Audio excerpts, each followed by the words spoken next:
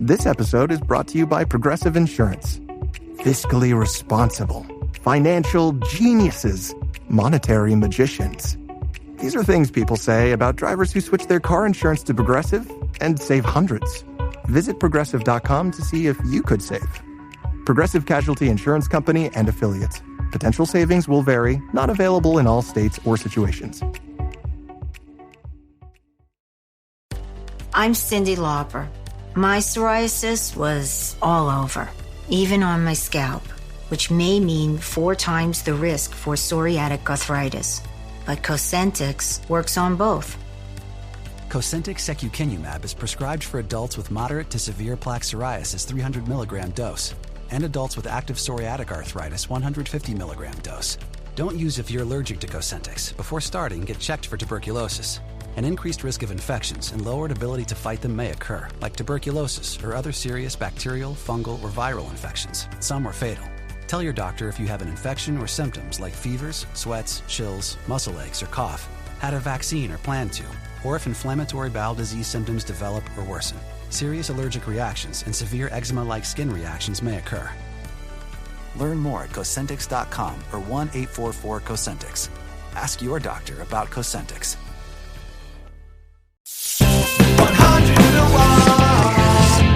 With Mercy, of course, it's all over that album.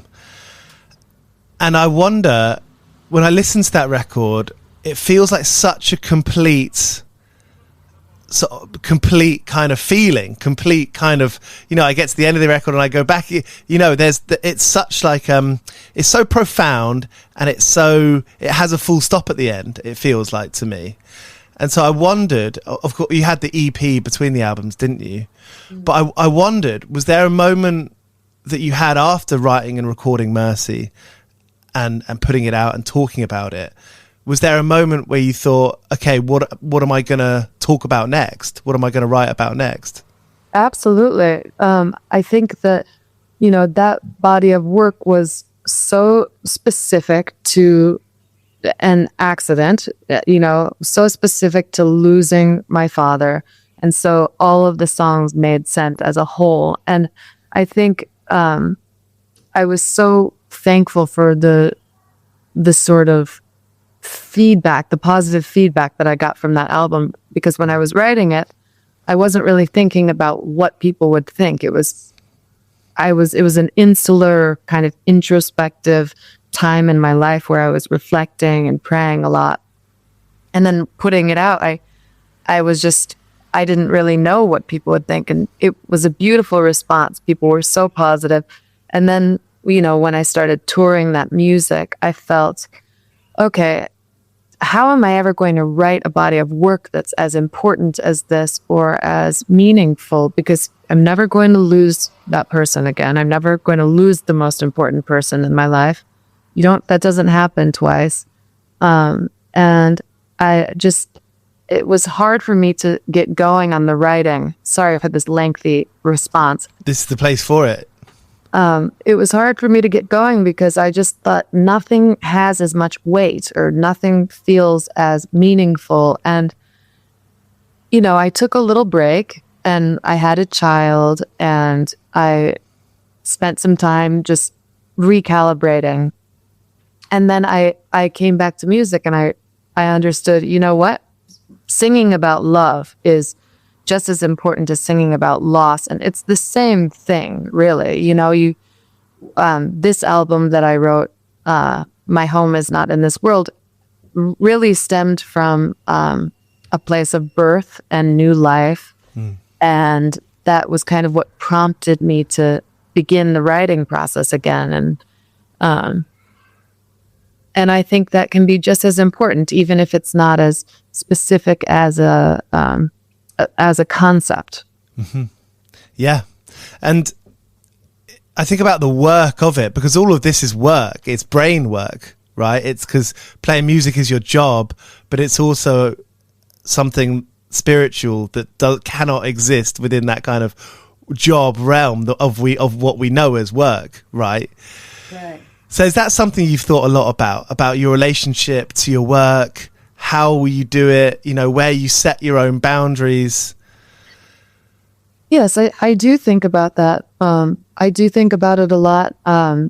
It's our job as musicians, I think, is to sort of tell and document the world as it is. Is that your little buddy? Yeah, it's Mr. Pickles. Hey, Mr. Pickles. Oh, every time I pick him up, I don't think he actually minds being picked up, but the last few times he's made a giant hole in whatever shirt I'd been wearing. So I'm tempted not to pick him up, but can we show him? Pickles? You say hi? He's such a sweetie.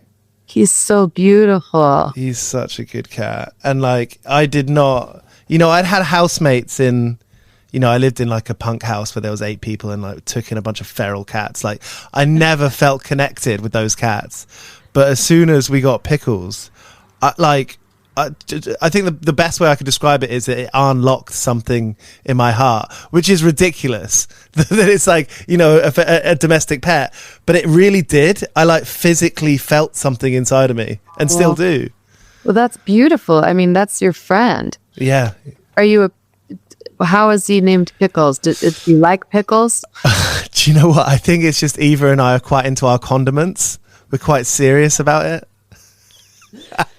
I mean, I am a huge pickle fan. Just really? For the record, I love pickles, and I've been known to eat a pickle when I'm in a bad mood because something about pickles just changes my whole attitude, my whole energy. I rely on pickles, actually. Well, the pickle juice is supposed to be really good for you. Football players drink it when they have cramp. Oh, really? I read that yesterday. So with the sort of vinegar or something with the brine or something like that. Yeah, I mean, it's almost like an activator, isn't it? You do that shot, and you're like, whoa, That's good. At least it's good that you know what helps you out of a funk. I mean, it's just such a funny thing, though. I've relied on pickles many times in my life. I've also made lots of pickles. Okay. We'll grow pickles. We have a garden in the summertime, and pickles always take off. And so there's so many cucumbers, not pickles. Mm-hmm. Plant the cucumbers, and then there's just hundreds by the end of the summer. And so we end up pickling, we make, I don't know, 30 jars and then give those to our neighbors. And wow. Fun. Yeah. We'll put mustard seed, dill, jalapenos. I kind of like a little kick with the pickles. You're a good neighbor.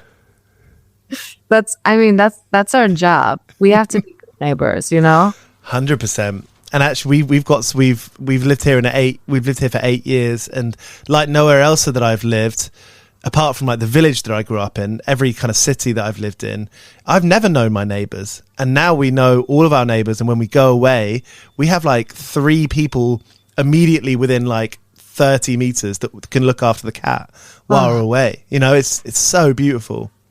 That's amazing. I mean, I've been thinking a lot about neighbors lately because we live in Glendale in California. Okay. And we're on top of a hill, and there's lots of wildlife. There's this beautiful eucalyptus tree here, and it's just teeming with bird life every morning. Yeah. All sorts of gorgeous sort of tropical birds, North American birds. It's amazing. And the birds are our neighbors, but we also have some beautiful families that live next to us. So thankful for that. And I just think about how fortunate we are to be here. And I think about the neighbors of Palestine and Israel. They're neighbors, and they're doing horrible things to each other. And Ukraine and Russia, it's like, you guys are neighbors, and we're supposed to love our neighbors. And it's just, it's a sad time in the world. And I think it's more important than ever that we are examples, and we set a good example of loving our neighbor, Yeah, absolutely. I agree 100%. And it's not a reason to do it. But the thing about being great to your neighbor is that it comes back around. Exactly. It's the easiest thing in the world. If you're kind to your neighbor, they will hook you up. They will give you the pickle jar at Christmas. He will give you the pickle jar every single summer. Have you got birdsong out there? How many years have you been there? Have you been there long enough to recognize the same birdsong come back? I know bird songs very well. So I've been in California for 11 years. And so there's a spotted towhee who's here a lot. We've got orioles. We have a cool bird that we don't have in Chicago where I grew up, called the red-whiskered bulbul. Okay, I'm gonna have to Google this cool. guy. He has a crown, bul. Yeah, cool. And that's kind of like a mohawk. He's also sort of a tropical sounding songbird. Looks like a rebellious bird. Totally, he's a punk. He's a punk rocker. Total punk rocker. And now I can identify them by their calls, which is super fun. And I like to know bird song. I think it's just a fun thing to have in vocabulary. I'll occasionally do that thing where I catch myself looking at my phone and I'm like, oh, I haven't even recognized, I haven't smelt the air, I haven't smelt the different smells today to yesterday, and the season's changing, and it's a pretty nasty feeling, oh fuck, I'm screwing it right here. I suppose it's good to call yourself out on it than not recognize it at all, but it's a good reminder, and I'm sure everyone has that to some extent. I hope so. I mean, I think we're so involved in our phone life. We really have these lives on our phones. And it's like our life is now revolved around our cell phone. And I mean, I don't know. We have to just set reminders for ourselves to get off, literally smell the roses, look outside, walk, take the phone off of the body. Yeah. And remember that we're humans, and there are trees out there, and we can go touch them. Do you wake up early? When do you start writing? And speaking of phones, do you try and not look at your phone for a little bit?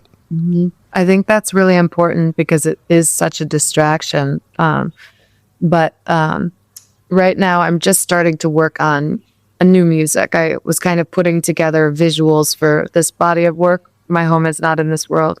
Now I'm going back to the studio. So, I mean, a typical day is kind of, I wake up early with my son. His name is Arthur. He wakes up around 6, and then there's breakfast and play, and he'll go down for his first nap a little after 9, and then I can go, if we have my husband here or if we have somebody to help take care of him, which we have a wonderful woman who works with us, Vanessa, then I can go to the studio from basically 9 to 5. I'm doing 9 to 5 these days. Yeah. And I like working early. I think that's when sort of the creative juices start to get going. I used to be a night owl, but I don't really, that's not my position in life these days. Where did you learn working from?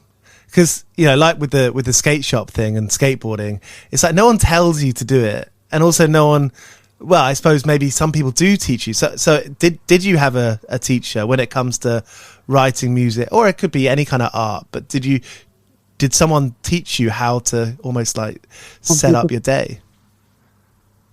I mean, you just have to get into the practice. I mean, you have a good practice. You communicate with people, you research, you have wonderful questions, and you do that over and over again. And you're a great interviewer and journalist, really. I mean, would you call yourself a journalist? Yeah, for sure. Yeah. And that takes such practice. And same with being a songwriter. I don't go 365 days a year. I have to take some breaks, but when I'm in the studio, it's, sort of months of daily work. And I guess I've learned that from some of my teachers, I've had some piano teachers that I was studying jazz piano when I was younger, and they taught me the importance of discipline. And my parents were both very disciplined, and it's discipline is around me, but I also can get tremendously distracted and just want to go out and wander around in the woods all day. Yeah. And I think that's part of the creative process. Yeah, because that's where, not always, right? But if you feel in that moment with nature, or you have this great conversation with someone working at the shop or whoever, I can see how that can be a click, and then you start writing about that, which makes me wonder, where's the kind of line between, going out there and like living and coming back and writing? Mm-hmm. Well, I think nature has been one of my greatest influences my whole life. And so thankfully we have access to nature here in California. And sometimes I'll travel back to the woods where I grew up outside of Chicago. And of course, socializing is not something where I pull energy from. I pull energy from trees, from birds, from the earth, and from art. So if I do socialize, I like to see a show, of one of my contemporary friends, an artist, or, somebody who's no longer living. But I pull a lot of inspiration from going out and taking in some other form of art. Yeah. Yeah. As we all do. I feel for people on tour, and especially people who are maybe like that kind of college age, where the socializing is such a big part of it's as big as playing music, it seems. So then to get distracted by the socializing, I can empathize, right? I always feel a little bit like jealous of people who are going out and partying and socializing every night, because I think the time I socialize the most with people is when I'm on stage, and that's when I'm actually interacting with people. And of course I love my friends. I love to see my friends, but I don't know, it's a weird thing. I always feel a bit drained after going to a party. Yeah, 100%. I need to hibernate for a month before I go out. I've still got that thing. I feel like it's a teenager's trait. I still have that thing where sometimes even seeing like my closest friends, I come back and I'm like, oh, do they hate me? I'm just tired. I'm tired. Am I too much? I'm a 34-year-old man. I shouldn't be doing that anymore. And also I know I'm not the only one, but it's draining. All of that is exhausting. Mm-hmm. But we also have to, it's kind of our duty also to make an appearance in the world and try to give back to the community through conversation or by offering hopefully something to your friends and listening, really. Yeah. It's our duty to go out there and listen to people, because people are hurting. Every single person is hurting, and I find that when I do end up making an effort to see somebody, you just learn that they are suffering differently than everybody suffers differently, but I guess that's the reward of going out and socializing, as we're calling it. The reward is that you can offer something, you can offer your ears to someone, and I think that's an important thing in the world that not a lot of people do. Lots of people don't listen. I mean, you're a great listener. But I can still be that person that talks over someone. You can be both. You can be both. Of course, me too. I'm a horrible listener a lot of the time. But then when you learn that people are fucked up and hurting, you're like, okay, now is my time to actually listen. Yeah. Yeah. And maybe they'll tell a really good joke afterwards. Yeah, exactly. When you were in your band with your brother, when you were active and when you were touring, and you put out 3 albums, didn't you? So that was that's like a pretty long period of time and playing shows. How are you doing it? How are you getting by? We were having a fun time. We were touring so often, so regularly. We were touring in Europe, US. I mean, I felt like we played every rock club in North America like 15 times. Yeah. So we were working a lot. But that still excited you. You. That didn't get you down. I mean, tour is kind of a grueling work form, but I think it's also kind of in your blood as a musician. It's like the act of moving from city to city and doing these shows and getting into this sort of routine of, even though there's lots of sitting and waiting around to give this 1 hour of performance, it's the act of doing something over and over again, which kind of is ingrained in us. And, speaking of discipline, that's kind of it gives you purpose in a way. And I think that's why I keep going back to the road, because I feel like, okay, I'm actually doing the thing I was born to do. I do enjoy performing, but I think that when I was younger, because I started touring when I was 16, and I was playing with my brother's instrumental band, and it was, I think I probably had more energy naturally. I'm 35, and I still love going on the road, but I think I'm trying to look at things a little differently now. Rather than doing, every city across North America, I can do a more selective group of shows. Yeah. This record, I think I'll do New York and Los Angeles, Chicago, San Francisco, and play at some special venues. There's a very special venue here called the Masonic Lodge. It's actually it's an old Masonic temple, but it's a beautiful theater, and it's in a cemetery, and it's just a groovy venue. And I like to focus on kind of playing special venues, and rather than just going out and screaming my face off every night.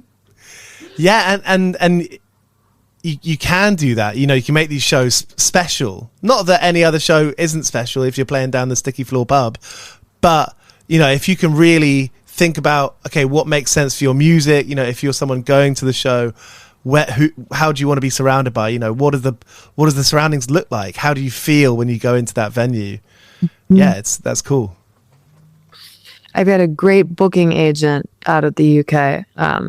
Paul, he works with Pitch and Smith, and he's so thoughtful. We're gonna do he's just the most thoughtful guy in general, but then paired with putting me in special venues in Europe, he's always found very cool, very intimate venues. And I think it's important, to feel like you're in a unique place. Yes, the Sticky Floor pubs, I love that. Those are some of the most fun, sweaty shows I've played. But I also think that, especially with Mercy, it was very important for me to be playing in, whether it was a church or a garden. It just sort of made sense with that album. And I think that also makes sense with this body of work too. Yeah. Is that something, obviously that is something that you've learned, because, you play all these different types of venues and you think about, okay, what's the ideal situation? How do I want this to feel? But going back to like you're sort of being a 16-year-old going on tour and into your mid-20s, were you working side hustles at the start, like between, or were you going to college? Where was your brain at with that stuff? Yes, I was. I've had my fair share of odd jobs and, waiting tables, bartending a little bit. I went to school. For a year. I studied jazz piano in college.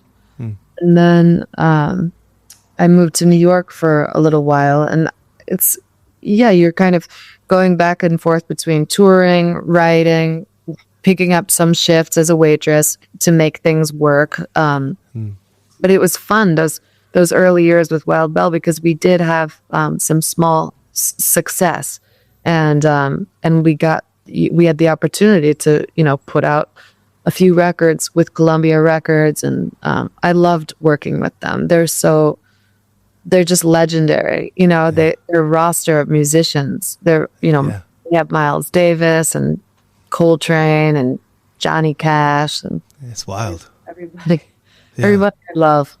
So that was a real pleasure to work with them. Did you see the music industry change in that time? Because I'm guessing, like, I mean, bands still get big advances now, but just everyone knows that, you know, even just 10 years ago. It's crazy. It's completely different. The industry is completely different. And it was a very romantic time, you know, 15 years ago for me, because there was a bidding war between Atlantic Records and Columbia Records, and they were flying from London. It was like, of course, it's like the old school thing where they take you to dinner. They're buying me clothes, like taking me shopping so I can look like a fucking goddess on stage. And I was like, this is the time of my life. We were staying at the fanciest hotels in London, putting an 8-piece band up there. I mean, it was so fun, and it's different now. And I think in some ways it's gotten sort of darker for musicians, because it's even harder to make a living. You know, with the Spotifys of the world, you know, it's like whatever they're up to these days, you don't even start to get paid until you have like 100,000 streams or whatever it is. You know, there's that going on, and that's very frustrating. But even touring, you aren't making as much money as you used to make, you know? So there is a dark side, but there's also a hopeful side and a beautiful side where I think musicians are able to do things by themselves a lot more than like record labels make you think, you know. Like record labels used to make it be all about like what we're going to do for you, and you can't do this without us. Yeah. But I think every musician is kind of like, I don't need that. I make my art, I make my music, I can record it in my room if I want. I can go on a 4-track tape machine and just put it out, you know. And I think that's a really cool thing. There's a lot more independence in the music world, which and I really appreciate that. And you must have learned a lot about that with Third Man and Jack White, with what he and what they've done, you know, make their own record pressing plant, make this kind of like, it's like a club, isn't it? You know, you go into this place and it's like a club of independence. And I love the way that they reissue stuff that came out that can't, you know, I've never seen on record before. It's like, oh great, that exists now. And totally. And you know, the feel of it is I like the logo always feels like something from like Dr. Evil's lair, I think. It's quite but it feels, you go into the, you know, you read into it and it feels like they're embracing exactly what you just said and kind of making sense of this world of how it operates now. They're the best, and I felt like I found my home with them when they heard Mercy, and when the way they talked about it and the way they understood the music, and wanted to understand where I was coming from and what I had gone through. They were just so lovely and kind and good. They were just good people, and they're also like punk rockers, and they love analog, and they are just like, they're so cool. And I love Jack White, love his music, and I'm a big fan of his and what he's doing. And the pressing plant, I mean, even before I was working with them as one of their artists, I was always pressing my records at Third Man, and they just have coolest plant. Have you been able to just seen photos and videos? Yeah, super cool. I feel lucky. Like you said, it's like a club. I feel like I'm part of the club, and I've never felt like I belonged to any sort of group or clique, or I was never really a part of any sort of family like that. And so that feels really nice. And making the record with your brother, and there's some amazing moments that you can really hear the analog, and it's very satisfying to listen to. I imagine it's really satisfying that you've made it with your brother that you're in Wild Bale with, and you'll literally see it. You can go to the pressing plant where it's pressed up. You're probably, you could, I'm sure, if you wanted, go to see where the sleeves are printed, where they get the stick and where it gets the shrink wrap on. It's there. It's like, I feel like so much of music's in this kind of opaque box, but you can see it. Right. And I want it to be a physical feeling. I want these songs to have a physicality, that sort of a tactile component to them, even though it's just music. I love that you can just hold the vinyl and not even just the physical stuff, but like, I am hoping that my music can touch people physically, because the greatest music that I've grown up listening to and been inspired by has always moved me physically. And I think that's a beautiful thing. What's something that's moved you in like a strange place? I mean, talking about work and jobs, I often think about the people that I've met at work. I think about this guy that I worked with who's, just kind of a character, and it'd probably take me a long time to try and explain it. But, I feel like we've all had those kind of interactions where we feel, you talk about physicality, it's like it's like when you learn about someone who has just a very different life to you, and it's fascinating and you just want to know more. What's one example of that's happened to you? I guess it could be recent, or it could be when you were like a teenager. Well, I feel like I'm physically moved every day of my life. I feel everything. Yeah. I feel way too much. And sometimes it's painful, but the image that just popped into my head is there's a school around here, and it's adults who are living with mental illness or learning differences. Yes, learning differences. And there's a young man who's probably 20 years old, and he lives with his mother. And when I go to the grocery, I somehow go to the grocery when this bus is dropping him off once a week. Yeah. And I see him, and he gets out, and his mother is waiting for him at the door. And it's just so sweet.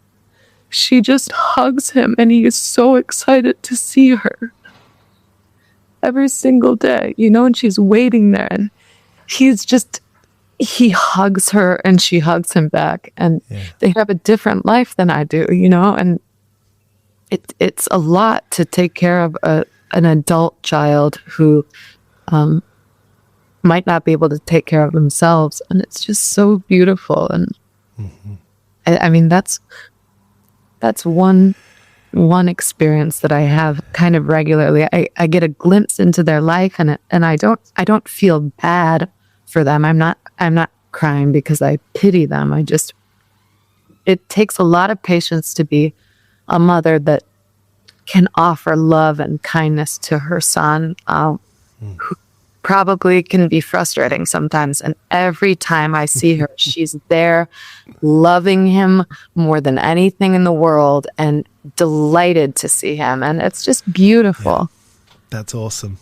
That's great. There's a place called the Albany down the road here, and they have loads of different programs for people with learning differences. And it's just the visibility of it, the visibility of people in chairs or with people who have people with them. It's like, and I have, when you say that, wrap around the big hug, I can see that, and I can see the big smile. And yeah, it is, my aunt, before she passed way too young, was disabled. And I guess my grandparents were the kind of people that never took her to hospital to find out what was wrong, because that's just not what they did. What you did, whatever happened, happened at birth, and Auntie Anne was like that. And And I wonder if it's because of knowing Anne that I feel like a big connection, you know. And it's like that it's joy. It's like what I used to talk with Anne a lot about. She used to fucking love Mr. Bean. And it's just like, oh my God. And I'm like, you know, I've got so much stuff that worries me, and so much stuff that I'm like, get distracted by, and I'm worried and whatever this. I'm like, oh, actually, you know, like, not that doesn't completely not matter, but it's like, oh, actually, but there are more important things in this life. Mm-hmm. I feel I have a lot of love. That brings me a lot of joy. Yeah. I think it's important to remind yourself of your aunt, or, you know, your friends who are making the most out of life when they were dealt with something that is not easy, you know. And if you can just remember that some people are happy when you're feeling like shit. Yeah. It's totally. like, well, about them. Think about what's going on with their life. They can't walk. Yeah. You know, I can run down the street whenever I want. Yeah. What's my problem? Choosing a bottled Starbucks Frappuccino drink that's all flavor and just 100 calories? Easy. Choosing between creamy vanilla, double chocolate, and sea salt caramel flavors? A little harder. Try the delicious new Starbucks Frappuccino light drinks. Look for them wherever you buy groceries. Start with Starbucks coffee. Hey, it's lovely to chat, Natalie. Great to meet. Thank you so much for taking the time, and thank you for listening to the music. And you're so lovely, and you've got a really kind heart. Thank you. No, there's when we went to go see you in that venue in King's Cross. I forget the name, but it's a beautiful place. And I think you'd just given birth to Arthur. Is that right? I think I might have been pregnant. Okay, Lafayette. Does that ring a bell? Lafayette. Yep, because I was there. I was there almost 2 years ago. I think he was not born. Oh gosh, he's not even 2. I was there. He's a year and a half. Sorry, time is strange. Yeah. I remember it felt so one. Like, I feel like, you know, we were there like with your kid, and physically we were. You know. Yeah, that's funny. I made the announcement. I think I was like, and by the way, I'm pregnant tonight. I think that was it. Which was kind of fun because it was early enough where it's like a little scary to say that to your audience, but you know, I just trusted that he was going to be healthy. Thank God he is. Was that the first time you told a group of people? Yeah. That was fun. It was so fun, and what a loving response. I mean, that was a good night. I loved that show. Our publicist, Jamie Woolgard, you know Jamie, of course. Yeah, Jamie's brilliant. Yeah, Jamie's the best. He was freaking out after the show. He was like, "That was insane." Just to end with, going off, working is such a big part of our lives, and I especially think about now and people in our generation and younger. You know, we just live such completely different work lives to the generation above us. Where that leaves us, I suppose, it leaves lots of us in a position where you work a lot of side jobs and do a little bits and bobs and basically put yourself in vulnerable positions in the work, and you make mistakes and you fuck up, and you're embarrassed and you have those kinds of days. Do you have any work gaffes or any kind of memories of these kind of moments where, maybe you felt a little bit lost, or, you got yourself into a situation where you're like, this is quite funny and I don't know how I'm going to get out of this? Like, I do feel very privileged to say that, like, I've been able to just keep writing, my whole career. And I've been blessed with inspiration and work ethic. But there was this time when I did have a lull in my writing. And, it's not that I'm putting albums out every year, but I am regularly writing. And it wasn't until kind of a few years ago after I put Mercy out that I was like, I don't think I can ever write music again. And that was a weird position because I thought, okay, I guess this is it. I guess my writing career is over. And that felt horrible because I didn't know when it was going to come back to me. I was always able to sort of tap into that very naturally. And so that lull in my writing, that lasted for probably 2 years. And that was an insane, some people call it writer's block, but I had never experienced that. So it wasn't until I had Arthur that I got out of it. He really sort of helped me through that. And he gave me a reason to start writing again, and kind of fulfilled a new purpose in me. But I do think that, thankfully, I have visual art that is sort of a constant in my life also. And so it has been very helpful to have the sort of the ability to oscillate between music and then drawings or collage or make flags, being able to go into the physical creative realm versus the musical realm. I think that's been make flags. I've been awesome. I want to do a show for this album. I think I could do a cool show of flags, but I do sort of large abstract flags, and I'll show you some of that. Yeah, please do.